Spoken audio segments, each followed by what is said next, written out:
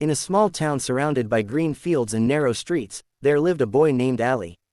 He was only 12 years old, but everyone in the town knew him for one special thing: his brave smile. No matter what happened, no matter how difficult a day became, Ali always carried a smile that made people feel calm and hopeful. But behind that smile was a story that not many people knew. Ali lived with his mother, who worked long hours at a nearby stitching center.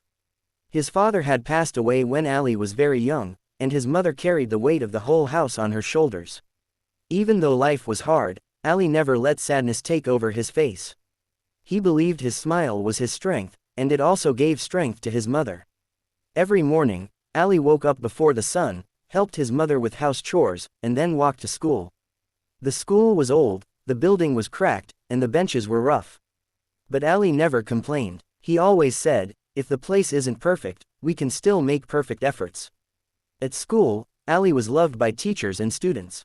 Whenever someone felt upset, Ali would sit with them, crack a small joke, or tell them a hopeful story. His best friend, Hamza, often said, "Ali, your smile is magic. It fixes everything." But one thing bothered Ali. He had a dream: to win the district science competition, a dream his father once had for him. His father used to say, "One day my son will invent something useful for the world." Ali wanted to make that dream true, not just for himself but for his father's memory. This year, the theme of the science competition was "Energy for the Future."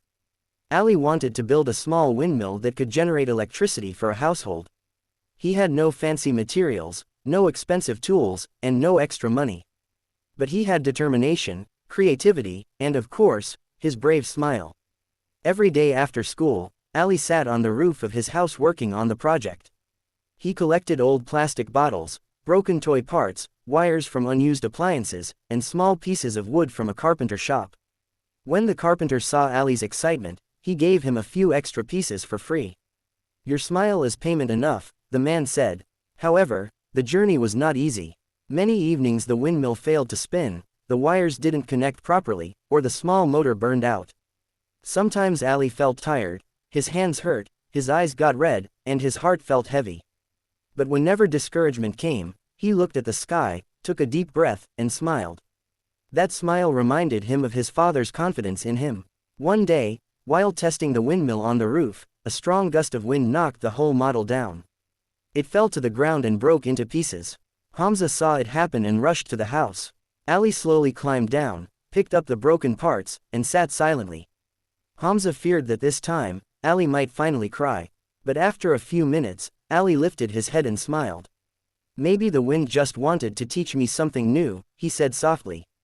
Hamza was amazed. "Ali, how do you stay strong like this?" Ali replied, "If I stop smiling, I will lose. And I want to win, for my father."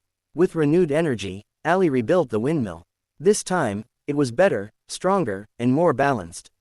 When he tested it again, the blades spun smoothly, and the motor produced enough electricity to light up a small bulb. His mother watched from the doorway, her eyes full of tears, proud tears. "Your father would be so proud of you," she whispered. Finally, the day of the district science competition arrived. The big hall was full of students from different schools, all dressed neatly, standing beside their impressive-looking projects. Some had solar panels, others had robots, and a few even had chemistry experiments bubbling in glass tubes. Ali's project looked simple compared to the others. It was made from recycled materials, and the base was held together with glue and tape. Others had robots, and a few even had chemistry experiments bubbling in glass tubes. When the judges came, Ali explained his project confidently. He showed how the windmill worked, how it could light up a bulb, and how ordinary people in small towns could build similar windmills using simple materials.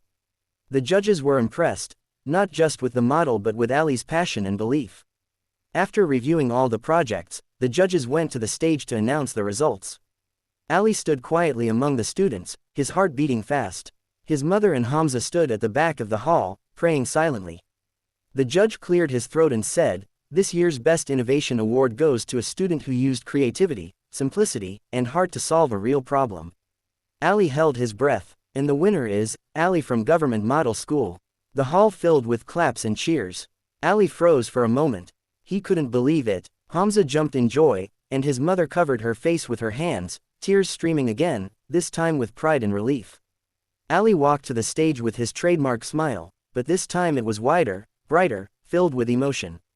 The judge placed a medal around his neck and handed him a certificate and a small scholarship for future studies. As Ali held the award, he whispered to himself, "Abu, I did it." After the ceremony, students who once laughed at him now came to shake his hand. Teachers took pictures with him. His mother hugged him and said, "Your brave smile carried you to this day." Ali looked at her and replied, "And your prayers carried me even further." From that day forward, Ali became an inspiration for the whole town.